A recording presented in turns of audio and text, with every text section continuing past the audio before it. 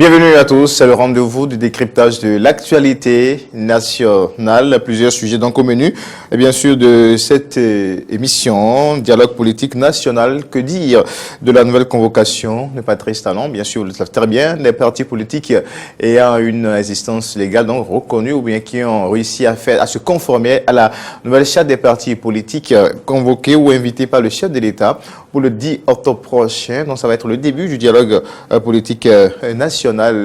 Que peut-on attendre, bien sûr, de ce rendez-vous? Est-ce que cela pourra réellement permettre à la classe politique, et bien sûr, de trouver les mécanismes ou les solutions nécessaires à la crise politique dans laquelle le pays est resté plongé depuis les dernières élections législatives? À suivre donc dans cette émission du décryptage de l'actualité politique nationale. L'autre sujet également au plan politique, c'est bien sûr l'affaire de récépissé qui divise le bureau politique des Fosqueries pour émergents.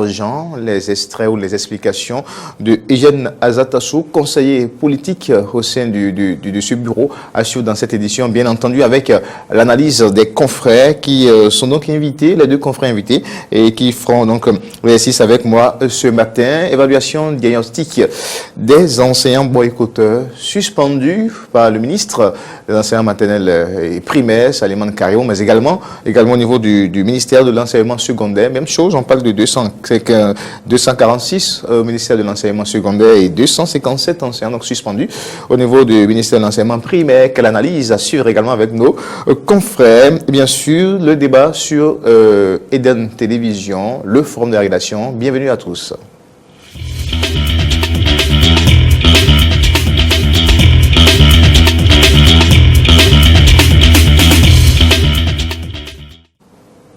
Oui, pour opiner sur l'actualité politique nationale et les sujets évoqués donc à l'entame de cette émission de confrères. Arnaud Moriagua, que vous connaissez déjà très bien, du groupe de presse Eden TV, Diaspora FM. Arnaud, bonjour. Bonjour Corneille Haïssé, bonjour aux téléspectateurs de Eden TV, je n'oublie pas les auditeurs de Diaspora FM. Merci bien. En face de vous, Yannick Somalon, journaliste quotidien, événement précis. Chers confrères, bonjour. Bonjour Corneille, bonjour à nos amis téléspectateurs.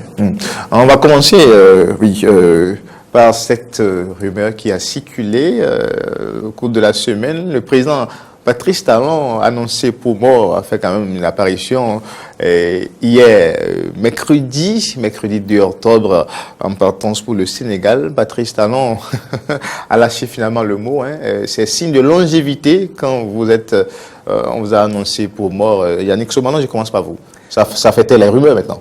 Oui, cette apparition du chef de l'État n'a fait que taire les rumeurs. Moi, ça m'a tellement fait rire hier quand j'ai vu la vidéo. J'ai dit, bon, ça c'est un coup bien joué par sa cellule de communication qui a su mettre juste quelques mots pour que l'on en finisse avec cette rumeur qui court depuis le week-end. Et je crois que dans un pays qui se respecte, on ne peut pas fonctionner sur des rumeurs. Ça, c'est pas bien. Et c'est notre habitude au Bénin depuis quelques temps. C'est des rumeurs au départ et puis, banalement, et très souvent, ça se confirme.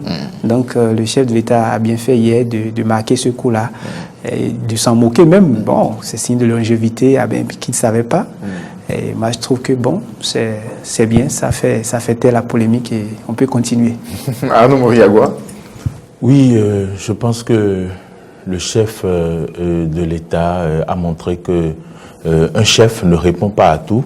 Et donc, vous avez vu, les rumeurs ont circulé. Comme je le disais, c'est une très mauvaise blague. Quand j'ai lu l'annonce de son décès dans un groupe, j'ai dit c'est une très mauvaise blague et j'ai même pris l'icône hâte que j'ai envoyé dans ce groupe-là.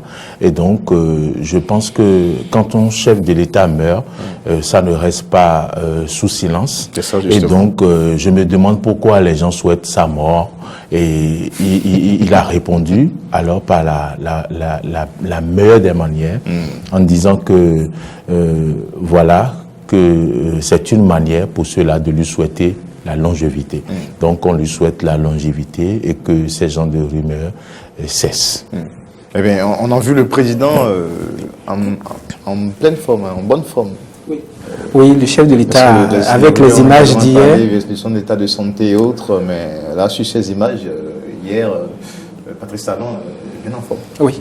il était très en forme et il a précisé qu'il a un emploi du temps très chargé, qu'il fallait régler les problèmes de l'intérieur, puis les problèmes de l'extérieur. Et donc tout ça, c'est normal, c'est le pouvoir. Et il n'a pas le choix que d'être en mouvement, même si son absence sur le terrain fait parfois le 14 septembre, paraît-il que, bon voilà. Oui, et ces images depuis Ouaga qui ont montré notre chef d'État, le président de la République, très fatigué et très mal en point. Et vraiment, c'était pas bien quand même. Et c'est ça qui a donné cours à ces rumeurs-là qui ont circulé. Et d'autres disaient qu'il était très gravement malade. Après, bon, c'est ça, mot qui a circulé bien. Mais on a vu hier dans ces images-là le chef de l'État qui était en pleine forme et qui est en mouvement, qui est parti comme ça pour le Sénégal. Où il devait aller à une rencontre sur le terrorisme, sur la sécurité internationale. Mais là, on voit aussi l'effet des réseaux sociaux, hein, parce que quand vous prenez les presses en général, ne sont pas entrés dans ce jeu-là. C'est ça justement la différence entre les réseaux sociaux, parce que les médias vont forcément cesser à vérifier l'information d'abord, mais avec les réseaux sociaux, il faudra qu'ils relancent encore l'autre débat sur comment canaliser, maîtriser surtout ces réseaux à Nomoriagua. Oui, comment canaliser, maîtriser les réseaux sociaux. Il faut d'abord dire que si vous, sur les réseaux sociaux, chacun est libre et est capable de produire l'information. Et donc, si vous produisez l'information et que vous la balancez et que d'autres ne relaient pas l'information ne peut pas circuler et ça ne peut pas avoir d'écho. Donc, autant que nous sommes sur les réseaux sociaux, nous devons savoir raison garder. Face à certaines informations, on doit pouvoir prendre conscience et savoir que quand on sait lire et écrire, que ce n'est pas pour rien. On peut prendre du recul et analyser une situation, analyser un test qu'on vous envoie sur un groupe, dans un groupe où vous êtes. Et donc, tout le monde sait qu'il y a de cela quelques années, c'était en 2017, si je ne me trompe, comment je vais dire, la présidence de la République n'a pas hésité à balancer un communiqué et à dire que le chef de l'État a subi plusieurs opérations et il y a eu des explications autour. Ce n'était pas une question de polichinelle et donc ce n'était pas un tabou. Donc finalement, le chef de l'État, si on l'a vu affaibli, il est capable d'aller se faire soigner. C'est du sang qui circule dans ses veines. Et donc, on sait comment il s'est décacassé ces derniers mois, depuis plus d'un an, la débauche d'énergie. Oui, la débauche d'énergie, aller de gauche à droite, régler telle situation, et surtout secoué par cette question, tout à fait, cette crise électorale. Et donc, président, avec les îles et tout. On comprend aisément qu'il peut arriver où quelqu'un qui se donne totalement à son pays puisse avoir une faiblesse sur le plan corporel, pour ne pas dire sanitaire. Et donc, c'est ce qui explique cette apparition. Mais le chef de l'État a eu le temps de se requinquer, de se refaire une bonne santé. Et il a suffi le temps qu'il s'efface pour qu'on l'enterre, pour que des gens l'enterrent. Donc, je pense que c'est trop tôt. C'est encore une fois le style de Patrice Talon, dans la discrétion. Il a su quand même couper court à ces rumeurs. Ça a été, vous l'avez soulevé tout à l'heure, de belle manière. Voilà. Merci à vous. On enclenche maintenant avec le premier sujet, parce que ça c'était juste comme pour démarrer. Alors, un dialogue politique national, plusieurs partis convoqués par le chef de l'État, invités si vous voulez, pour le 10 octobre. Ce Yannick Somalon, nous avons l'Union progressiste, Bloc républicain, Mouel Bénin, UDBN, PRD, DUDF, CBE et FCDB. C'est bien cela. Alors, ces partis qui ont une existence légale. Au regard maintenant de la nouvelle charte des partis politiques invités par le chef de l'État, que pensez-vous déjà de cette rencontre? Oui, merci. Je crois que c'est un bon début, que le chef de l'État n'est pas oublié, qu'il n'a pas oublié cette promesse qu'il a faite il y a quelques mois de réunir la classe politique autour d'un débat pour régler cette question qui est au cœur de la crise politique. Et ces partis qui sont conviés à cette rencontre, c'est déjà heureux que les FCBE, bon an, mal an, ont réussi à traverser la ligne pour se retrouver dans la conformité. Le débat reste ouvert. Le débat reste ouvert. On va reste ouvert. Ils ont pu traverser la ligne pour se retrouver dans la conformité. Et on peut estimer aujourd'hui qu'il y a un véritable parti de l'opposition autour de cette table. Si ils acceptaient, bien sûr, aller à la table de dialogue, sinon que le FCDB, je crois, qui se dit parti d'opposition, n'est pas beaucoup trop apprécié dans l'opinion, parce que, comme le disent certains, il n'y a pas d'opposition constructive. Une opposition reste une opposition. Et là, on constate que déjà avec ces 8 ou 10 partis, inclus les FCBE, c'est déjà un bon début. Néanmoins, il reste d'autres partis. Il y a Restaurer l'espoir de candidat Zanaï et l'USL d'Adjavon qui sont toujours restés derrière la ligne, qui n'ont pas encore réussi à traverser cette ligne-là de conformité. Et il y a déjà au sein de cette opposition qu'ils appelaient les forces de la résistance, je crois, et une polémique, c'est-à-dire les FCBE ont joué à leur tour pour nous abandonner. Donc, on ne sait pas ce que ça aussi, ça va créer au sein de ces forces de résistance, du fait que les FCBE aient pu avoir leur conformité. De l'autre côté, RE et l'USL qui sont restés toujours sans. On ne sait pas ce que ça va donner, mais c'est déjà bien que le chef de l'État ait convoqué la rencontre et petit à petit, on verra jusqu'où on ira avec ce dialogue. Avant de nous permettre d'aller suivre un peu les réactions de certains acteurs politiques suite à la convocation de cette rencontre par le chef de l'État, Alain Moriagua, on parle du dialogue politique national. Et puis, est-ce qu'aujourd'hui, est-ce qu'on pourra réellement avancer sur les questions qui fâchent, qui divisent, et si toute la classe politique n'est pas représentée? Parce que si cela se fait simplement entre les partis qui ont pu réussir à se conformer, alors qu'on sait que c'est surtout le processus de conformité-là qui a causé problème et qui a fait que beaucoup de partis se sont retrouvés, qu'on ne le veuille pas, exclus des élections législatives. Est-ce que ce n'est pas le moment d'étendre carrément la discussion si elle doit réellement être un dialogue politique national à tous les acteurs politiques pour qu'ensemble de réelles solutions soient trouvées au problème qui est posé? Il faut reconnaître déjà qu'il y a des avancées. Il y a eu des avancées. En avril 2019, on n'était pas à ce stade-là. Donc, j'ai entendu cette kyrielle de partis que vous avez citée, qui aujourd'hui ont ce qu'il faut comme sésame pour aller s'asseoir autour de cette table pour un dialogue, que ce soit dialogue politique national ou dialogue politique simplement. Et donc, c'est déjà des avancées. Maintenant, quant aux autres partis politiques qui ne seront pas représentés et laquelle situation pourrait continuer à susciter des remous sur le plan national, je pense quand même que c'est très clair, la situation est claire, chacun sait ce qu'il faut pour accéder à ce dialogue-là, convoqué pour le 10 octobre.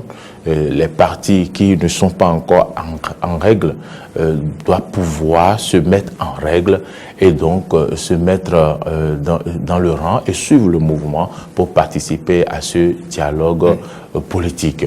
Parce que il y va de l'intérêt de la démocratie béninoise. Et donc, je pense quand même que le chef de l'État et son gouvernement également doivent être préoccupés par cette situation. Et d'ici le 10 octobre, beaucoup de choses peuvent arriver. D'autres partis qui ont été laissés sur le carreau pour des raisons qu'on ignore peuvent se mettre à jour et donc pour pouvoir obtenir le certificat, le récépissé définitif ou provisoire pour pouvoir participer au dialogue. Moi, j'y crois. Moi, j'y crois tout simplement. J'ai quelques questions de rebondissement pour vous, mais allons suivre cet élément, ce reportage qui a juste parlé des réactions de quelques acteurs politiques suite à cette, bien sûr, rencontre convoquée par le chef de l'État. La classe politique béninoise convoquée pour une nouvelle rencontre avec le chef de l'État le 10 octobre prochain. Rencontre qui s'inscrit dans le cadre du dialogue politique national annoncé par le président Patrice Talon lors de son entretien télévisé du 20 mai dernier. Une initiative saluée par les acteurs politiques, notamment ceux proches du pouvoir. Dans ce pays, Patrice Talon, c'est un président qui a la tête sur les épaules. Qui vous souvient, dans son temps, il avait invité ces mêmes partis politiques à une séance, au cours de laquelle il disait qu'il allait du moins les rencontrer à nouveau en son temps. Et je pense que c'est le moment venu pour les rencontrer. Et de cette rencontre, je pense que de grandes décisions sortiront de ça. L'UDBN, l'Union démocratique pour un Bénin nouveau, se réjouit de l'organisation de cette rencontre par le président Patrice Talon. Pour le premier et seul parti dirigé par une femme au Bénin, le président vient de joindre l'acte à la parole en convoquant la classe politique pour un dialogue national. Il avait déjà annoncé les couleurs le 20 mai, donc au lendemain de l'installation de la 8e législature, pour demander à parler avec toute la classe politique. Donc nous sommes soulagés, heureux de savoir que le chef de l'État est dans cette dynamique-là.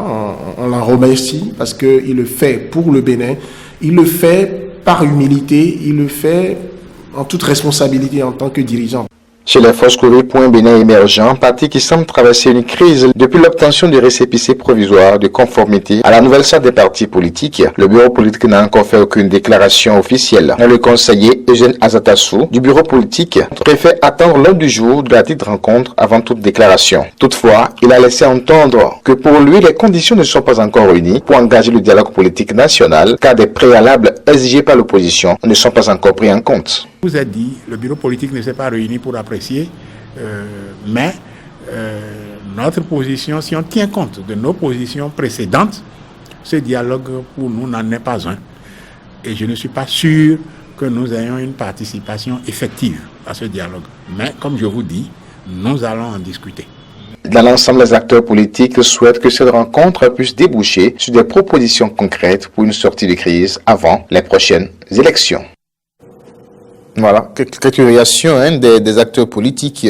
On a suivi la FCBE, les membres du bloc républicain, l'UDBN également, dans cet élément. Alors, chers confrères, je reviens maintenant à vous, Arnaud Moriagua. On parle de dialogue politique. Alors, on sait que les partis qui ont été invités ont pu donc remplir les formalités par rapport à la nouvelle charte des partis politiques. Oui, oui. Alors, et on sait que tout est parti de là, cette crise, le certificat de conformité et autres, le nouveau code électoral également. Oui. Alors, ces partis-là ont eu l'existence légale aujourd'hui, mais il y a eu un peu de contestation, de remous tout autour. Est-ce que ce n'est pas l'occasion d'inviter tous les acteurs politiques et de repartir sur de nouvelles bases? C'est vrai qu'on ne sait pas encore quel va être l'ordre du jour de cette rencontre-là. Est-ce que c'est pour revenir sur la charte des partis politiques, sur le code électoral? On ne sait pas encore. Mais est-ce que ce n'est pas le moment de partir sur une base où une ouverture large à toute la classe politique? Parce que c'est ça qui continue. Les autres vont se sentir certainement dans cette position d'exclusion, continuant de dire oui, on nous a encore exclus. Est-ce que ce n'est pas le moment de réunir toute la classe politique et de... Koné Haïssé, cette question que vous posez a bel et bien sa raison d'être posée. Et donc, si vous prenez toute la population béninoise, un citoyen béninois en âge de voter aujourd'hui comment je vais dire, appartient à une partie politique, si je peux dire. Même si cette personne n'appartient pas à un parti politique, cette personne a un penchant pour un parti politique. Bien sûr.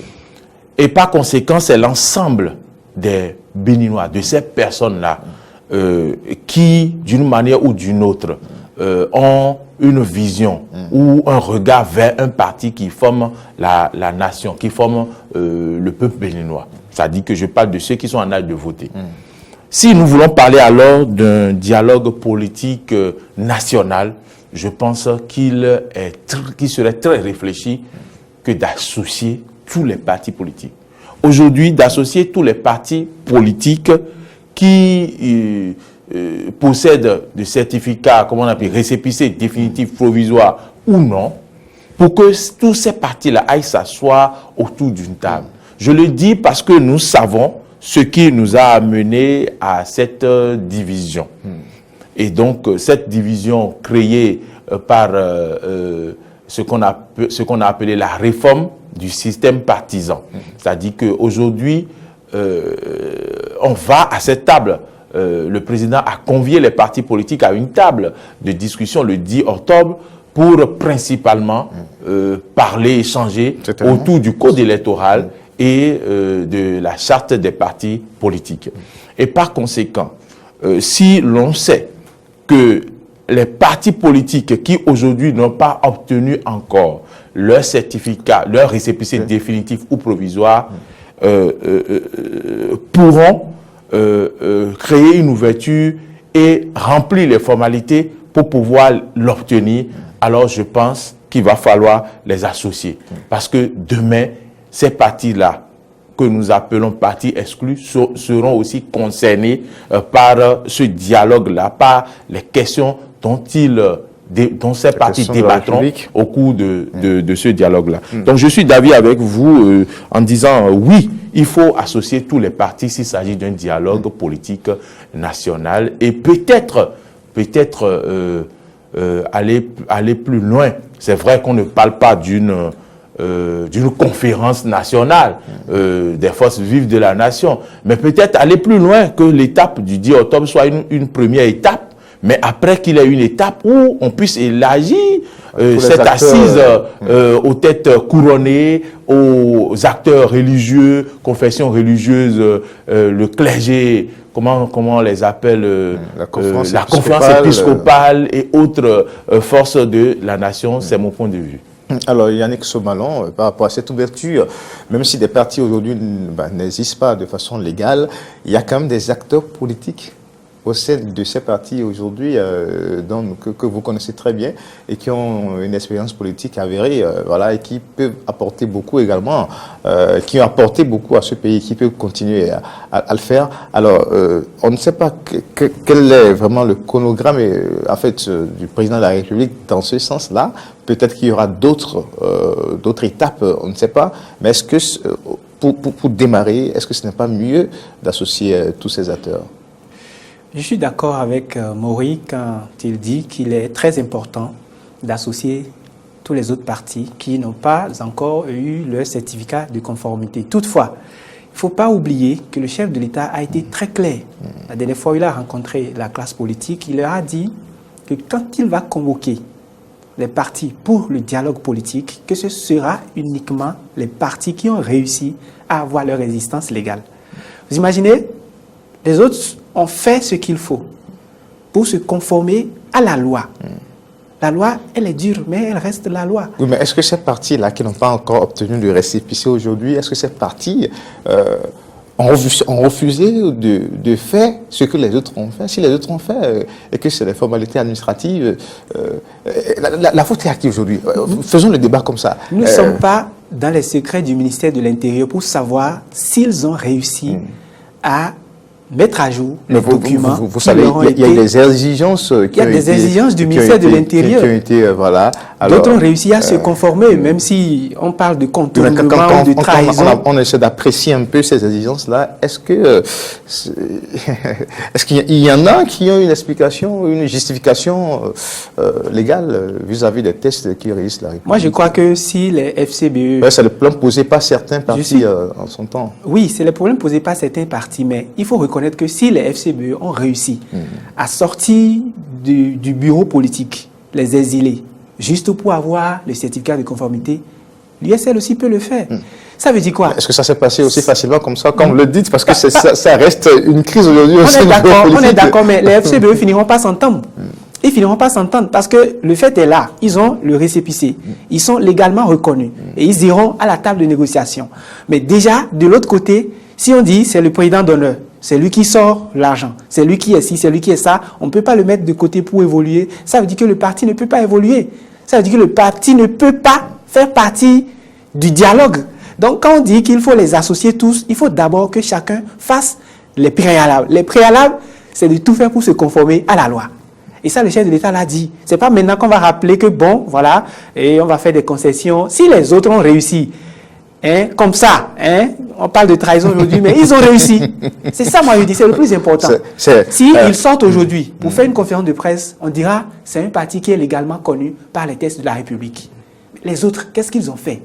Est-ce qu'ils sont venus au moins nous expliquer, voilà, le ministère nous a demandé si. On a fourni, mais jusque-là, on n'a pas le récépissé. Oui, là, on peut condamner le ministère. Mais justement, ils n'ont pas fait. Je reviens sur le débat de... Restaurer l'espoir se résume à surfer sur les actions des autres sans dire réellement ce qui lui revient comme obligation. On demande la faute est à qui? La faute est à celui qui n'a pas réussi. On a vu des partis.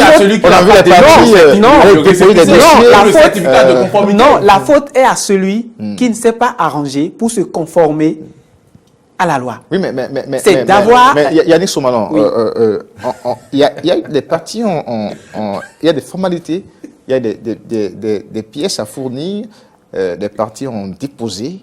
Et après, il y a eu d'autres exigences. Alors, je dis, vous avez parlé, vous avez sorti quelques mots tout à l'heure, exilés politiques et autres, là, je ne vais pas forcément rentrer dans ces détails, mais il y a des exigences, et puis on a entendu ici des partis dire, apporter un peu d'éclairage par rapport à ça. Alors, quand on parle de conditions à satisfaire, genre, il faut peut-être écarter ou exclure X ou Y, parce que, bon, il y a des problèmes avec la justice et tout.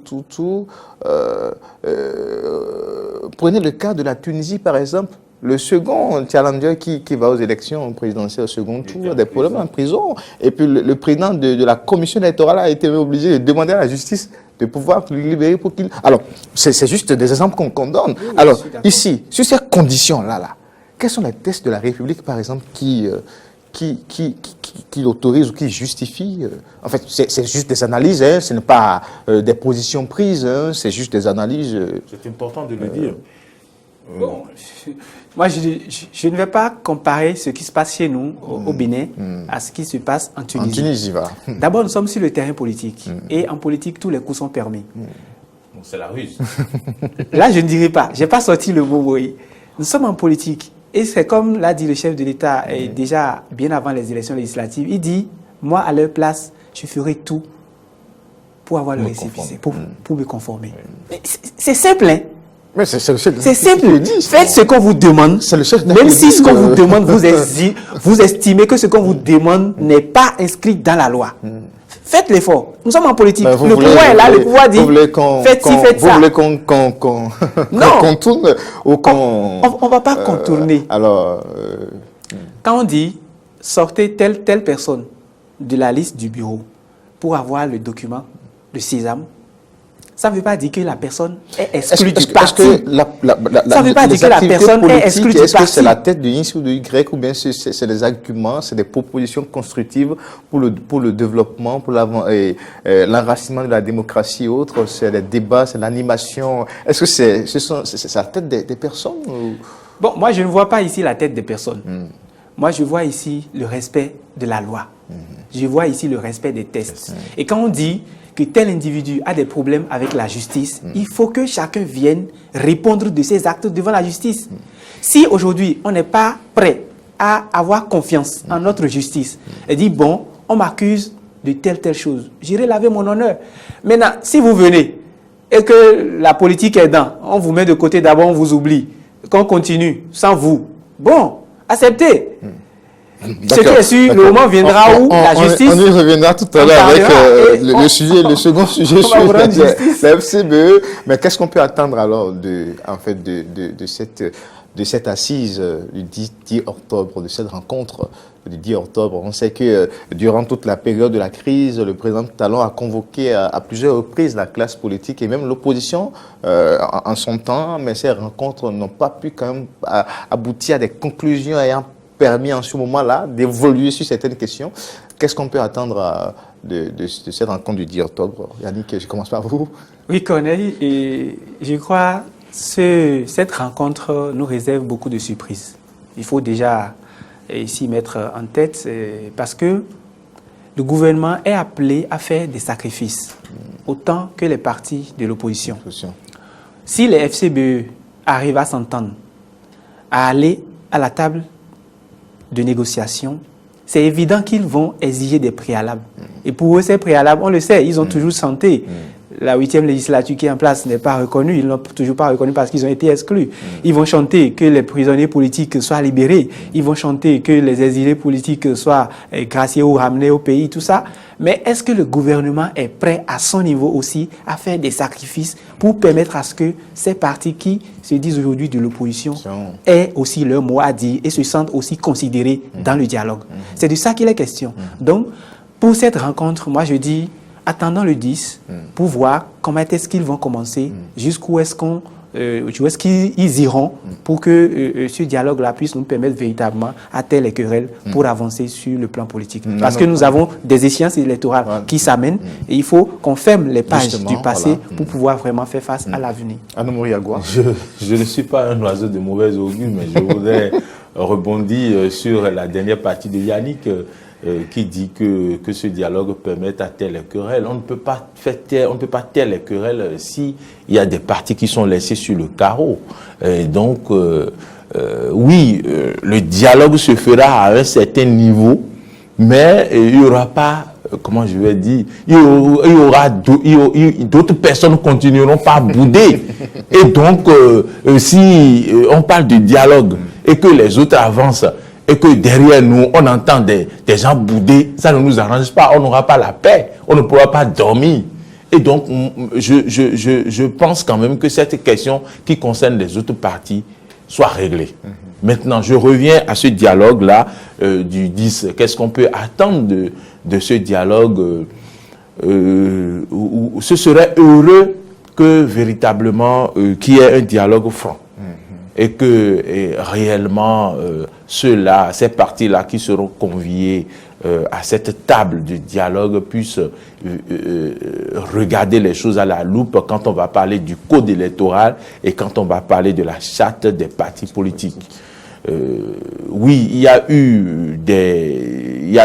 a déjà des acquis, mais s'il y a des questions, des points qui fâchent et qui divisent, il faudrait que ces partis-là aient le courage, tout à fait, aient le courage d'en parler, afin qu'on sache véritablement que de ce dialogue-là a jailli vraiment une lumière qui peut conduire le Bénin vers, qui peut continuer par enraciner la démocratie béninoise. Moi, c'est ce que je pense. Si réellement il y a un dialogue franc et que les partis évoquent les vrais sujets et parlent de ce qui fâche réellement et fait des propositions et arrivent à faire de réelles propositions, je pense quand même que ce sera comment je vais dire, ce sera une bonne chose pour notre pays. C'est sûr, il n'est plus question de remettre en cause la réforme du système partisan, pas du tout, parce que quand vous quittez des centaines de partis pour vous retrouver pratiquement à 6 ou à 10 partis, c'est un effort louable et ça permet de mieux maîtriser, de mieux contrôler, de mieux, et bien sûr, suivre, et bien sûr, les partis politiques et l'animation de la vie politique. C'est déjà une avancée pour à saluer. Hein. Qui pouvait le faire si ce n'est pas certainement dans ce processus le gouvernement qui a osé, la fermeté volonté surtout du président Patrice Talon à pouvoir conduire à terme ces réformes. Donc s'il y a quelques points qui fâchent, je crois que c'est le moment pour les acteurs politiques de s'entendre véritablement, parce que c'est vraiment une réforme salutaire, la réforme du système partisan. Parce qu'en temps vous avez des partis, c'est le père, la mère, et puis les enfants, oui. C'est dans un quartier où, voilà. Merci. Bon, je ne suis pas d'accord avec vous, c'est juste un exemple. C'est juste un exemple pour parler des...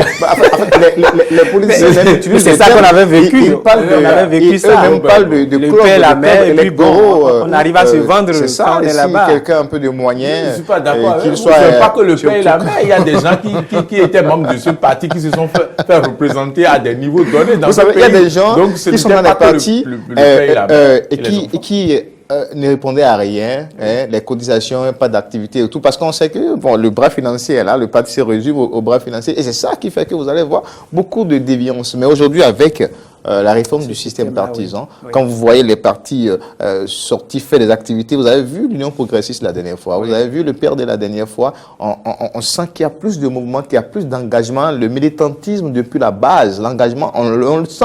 Lorsqu'il y a des cotisations à faire, et c'est en cela que, quand on en parlait justement de la caution, les 200 ou 250 millions, si chaque militant doit comme apporter sa pierre, sa contribution, si c'est à hauteur de 5 francs ou 50 francs ou 100 francs, on doit pouvoir l'obtenir. C'est ça justement, c'est pas ça le débat du jour. Yannick Somalon, Arnaud Moriagua, on revient maintenant sur le cas des fausses courriers pour un bénéfice. C'est vrai qu'on a évoqué déjà en filigrane dans le premier sujet. On démarre avec les extraits, les explications de Yann Azatassou, conseiller politique au sein du bureau politique des FCBE. Dans quel contexte ce récépissé a été obtenu, vous voyez bien que ça a créé un grand remous et que les militants FCBE n'acceptent pas la forme sous laquelle ce récépissé a été obtenu. C'est vrai. Ce récépissé nous est dû. Parce que tous nos dossiers étaient bons. Les dossiers étaient complets. Mais la façon dont ça a été fait, il fallait qu'on fasse un congrès, il fallait qu'on exclue un certain nombre de nos camarades. Nous avions rejeté cela au niveau du bureau politique. Certains de nos camarades ont cru qu'ils avaient bien fait en faisant un congrès pirate qui n'en est pas un, sur proposition, sur injonction du ministre de l'Intérieur.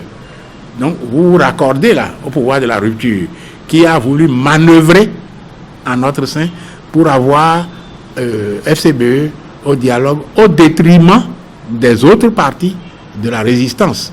Ça aussi c'est en discussion en notre sein et tenez-vous tranquille, vous serez informés le moment venu des résultats qui seront obtenus. Voilà, l'obtention du récépissé qui divise les forces courriers pour un bien émergent, selon les propos du conseiller Azatassou, c'est qu'il y a une trahison au sein du bureau politique, c'est ce qu'il dénonce, mais il dénonce également une main du régime en place, enfin du régime au pouvoir, une main. Alors aujourd'hui, on a la recherche quand même du récépissé pour être reconnu officiellement, puisqu'on sait que c'est à cause de ça que les FCBE n'ont pas pu participer aux dernières élections. Et quand on sait qu'on est à la veille de prochaines élections, c'est et finalement, on a eu ce document. Pourquoi nourrir encore la polémique sur la procédure, la forme, la façon de l'obtenir? Est-ce que c'est ça qui est important maintenant, Yannick Somalon? Bon, Corneille, je crois que les FCBE aujourd'hui doivent s'asseoir et se remettre en cause. Parce que au sein de ce parti, il faut reconnaître qu'il y a déjà deux camps. Il y a les jusqu'au-boutistes, c'est-à-dire ce ne sera jamais ça.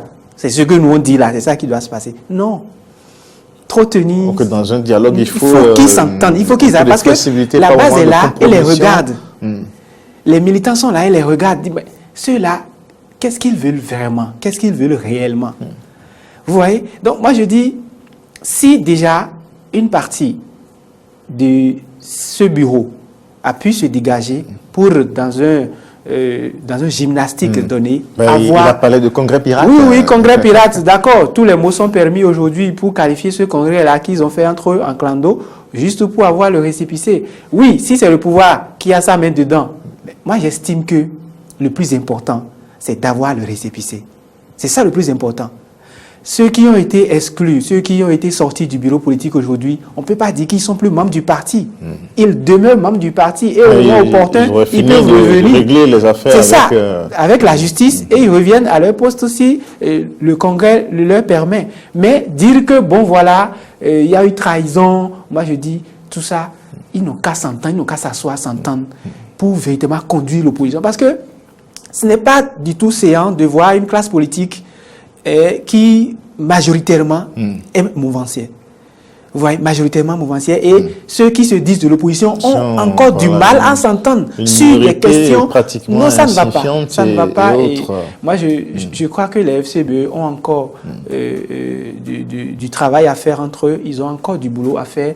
Et il faut qu'ils s'entendent. C'est ça le plus important. Si ce n'est pas fait, alors, même déjà au niveau du dialogue, ça va flirter. Anne Moriagua, est-ce que vous êtes d'accord avec Jonathan Satasso qui parle de trahison au sein du FCBE, mais également des manigances du côté du pouvoir pour déstabiliser le parti, mais quand même le parti a obtenu le récépissé. Je vais être franc. Je vais être franc avec le professeur Jonathan Satasso et les membres des FCBE. Je pense que dans une famille, à un moment donné, il faut beaucoup d'humilité. Et l'humilité, quand on est humble, ça ne veut pas dire qu'on est bête. La finalité, c'est quoi? C'est de participer à la vitalité politique du Bénin. C'est-à-dire que de participer au dialogue, c'est-à-dire de participer à la vie politique, à l'animation de la vie politique. C'est ce que je cherchais. Et donc, j'ai comme impression que ces personnes-là, ces membres des FCBE, ces responsables, à des moments donnés, ne pensent qu'à eux, à leur intérêt, à leur ego. Et donc, oublient les militants. Dans cette guéguerre qui ne dit pas son nom, entre, comment dire, les titans de ces partis, et, suivez mon regard, et où est-ce qu'on met les militants? Les militants ont envie de voir leur parti participer aux élections, s'impliquer, représenter à l'Assemblée. Voilà. Je ne sais pas. Et maintenant, des gens se sont levés, même si on parle de pirates, on parle de mains invisibles, on parle de obscurité. La finalité que recherchent les militants, c'est que le parti soit reconnu officiellement. Le parti puisse avoir ce qu'il faut pour qu'ils militent. Et donc, ça a été fait. D'une manière ou d'une autre, on ne viendra pas faire le procès. Est-ce que quand ça a été fait, le parti a été déclaré comme un parti de la mouvance? Ou bien c'est moi qui ne suis pas l'actualité? Est-ce que jusqu'aujourd'hui, aucune il y a eu une déclaration que les FCBE est désormais un parti qui appartient à la mouvance? Donc on considère que ça soit pirate ou que ça soit obscurité ou quoi, que le parti a obtenu le récépissé. Vous vous mettez ensemble. S'il faut blâmer la méthode utilisée, on blâme. Mais on avance d'abord. Ceux qui sont à l'extérieur, qui sont en exil, ils ne veulent pas de la vitalité de leur parti dans le pays. S'ils restent en exil tout le temps, donc FCBE ne va plus exister. Pourtant, les militants sont là, des représentants de la base sont là. Des gens veulent militer, occuper des postes donnés et parler au nom du parti à la base. Et donc, on doit laisser son intérêt personnel à un moment donné et penser à l'intérêt général. Et moi, c'est ce que je pense. Je suis franc, je suis honnête. Non, donc, je crois qu'au sein du bureau politique, je pense qu'il va falloir colmater les brèches et regarder l'avenir en face et regarder dans la même direction afin qu'on puisse faire d'autres mandats, d'autres combats. Rien n'est éternel. Tout passe. Vanité des vanités. tout passera et eux, ils resteront. Aujourd'hui, c'est ça, ils seront en exil. Demain, ils pourront revenir dans leur pays et participer à la vie politique. Lors de avançons. Ce feuilleton au sein de FCB, on a vu, on a lu un peu une petite, et bien sûr, le petit message de Boni Yahi, hein, qui est annoncé pour revenir très bientôt. Je l'ai lu à la une d'un quotidien ce matin livre qu'il a annoncé ce jeudi. On a vu quand même ce petit message de Boni Yahi, hein, vous l'avez lu également. Bien sûr, bien sûr. L'ancien chef d'État qui se sent prêt à revenir de sa convalescence, bien sûr. Mais dans son message, il n'a pas pris véritablement position par rapport à un camp donné. Hein. Il se met toujours dans la peau c'est le chef de famille. Donc, le rôle qu'il a joué aujourd'hui, l'ancien chef d'État Boni Yahi, c'est de concilier ces jeunes. Je dis ces jeunes parce qu'il est aujourd'hui le président d'honneur. Il doit les concilier, dire bon voilà, on a ce qu'il faut, allons-y, fonctionnons et puis le temps de régler les autres problèmes plus tard. Merci Yannick Somalon, merci Arnaud Mori Yagua, et puis le tout dernier sujet, voilà, des anciens boycotteurs suspendus.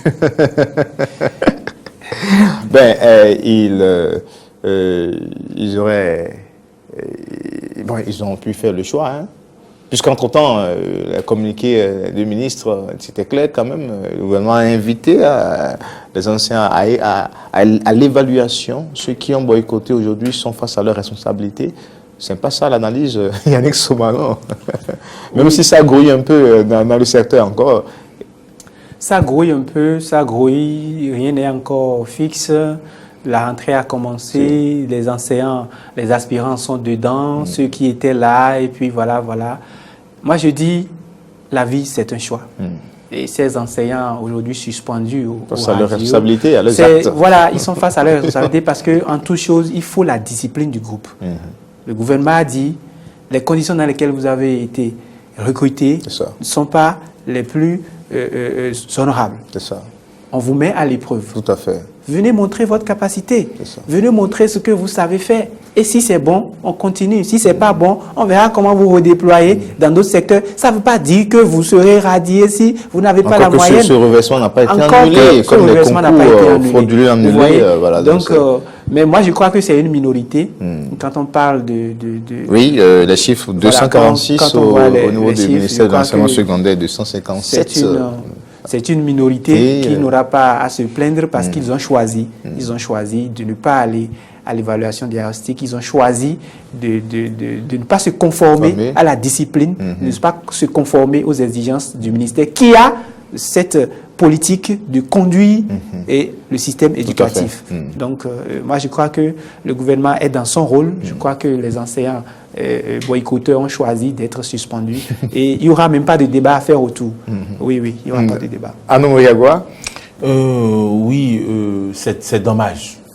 C'est dommage tout simplement parce que quand nous avions commencé par faire ce débat ici, vous avez été attaqué lors d'une de ces compositions-là à Boumé-Calavi. Et certains enseignants ont dit que nous, on parle mal d'eux. On ne parle pas mal, nous, des enseignants, parce que nous sommes des enseignants et nous avons été enseignés par des enseignants.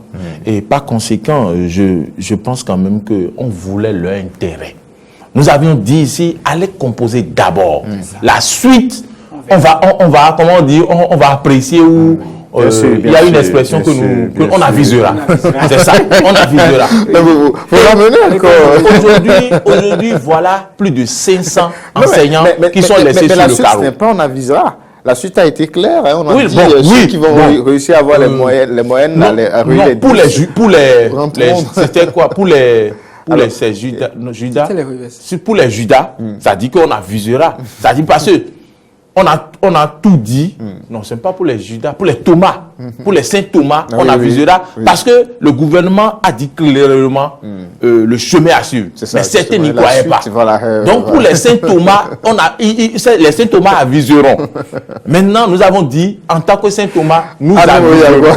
D'accord? Donc par conséquent, aujourd'hui, voilà là où nous en sommes. Et 500 personnes, plus de 500 enseignants, derrière ces gens, c'est des familles, hein. C'est des enfants, c'est des femmes, c'est leurs parents. Et donc, aujourd'hui, là, si on leur a coupé le salaire d'ailleurs. Et donc, comment ils vont s'en sortir? Encore que le gouvernement a donné une seconde chance. Une seconde chance. On va permettre d'aller composer.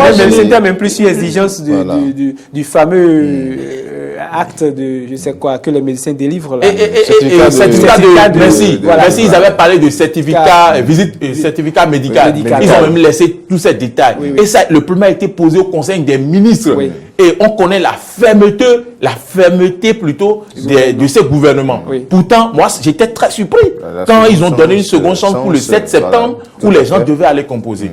Finalement, c'est vrai, certains sont restés campés sur leur position. Aujourd'hui, ils vont véritablement... C'était plus de 100 000 enseignants. Les autres vont les regarder. Ils ne peuvent pas faire la bataille à leur place. Ils auraient décidé. Il faut reconnaître que... Il faut 10 000 et quelques pour les concernés, les ACE de 2008. Je voudrais finir Corée en disant qu'il faut quand même reconnaître que dans cette liste, dans cette liste-là, il y a déjà des gens qui ne sont plus de ce monde. Et donc, personnellement, une personne de ma promotion. Et on a fait la maîtrise en géographie ensemble. J'ai une pensée pour lui. Lui n'a pas boycotté jusqu'il est décédé dans cette période-là. Je pense à lui, Feu Donou Félix. Et donc, peut-être qu'il y a d'autres personnes comme ça dans cette liste-là. Et donc, c'est ce que je voulais dire. Enseignants suspendus aussi, c'est énorme dans ce système-là où on sait qu'il y a un grand déficit dans le secteur. Ça n'excuse pas, c'est pas pour, mais juste Yannick Sobalon. Oui, bon, moi, je ne sais pas pourquoi on revient encore sur la question. 500, c'est des familles. Mais ils ont choisi. Vous voyez, ils ont choisi. Moi, je crois que... Qu'est-ce qu'on peut suggérer au gouvernement dans ce cas? Est-ce qu'on va demander au gouvernement, bon, il faut voir un peu si on peut les reprendre pour leur permettre? Non, ce n'est pas possible. Il y a eu un premier test. Ceux qui n'ont pas pu, pour des raisons ou une autre, il y a eu une seconde chance. Il y a beaucoup de communication. Il y a eu beaucoup de communication autour. Les journaux écrits, la presse en général, on a dit, bon voilà, on ne veut radier personne, mais... Encore que les centrales aussi, les centrales ont dit, bon, allez-y. Les centrales ont demandé à ce que les enseignants aillent donc. Moi, je trouve que le moment ne s'y prête pas, qu'on commence pas à se plaindre à la place de ceux-là. Ils ont choisi... Et puis ils sont face conséquences à leurs actes. Merci Yannick Sobalon du quotidien Événement Précis. En face de vous, c'était Maury Arnaud Agua du groupe de presse Eden TV, Diaspora FM. C'est donc la fin de cette émission. Le décryptage de l'actualité nationale, le forum de la rédaction sur Eden TV et bien également sur Diaspora FM. Merci de l'avoir suivi. Igor Montondi a assuré la réalisation. Et puis Didier Guédou au son. Pedro Damien Fréus Fiossi et bien à la caméra. Merci, c'est donc l'équipe qui a conduit cette émission. Merci à toutes et à tous. Rendez-vous très prochainement. Au revoir.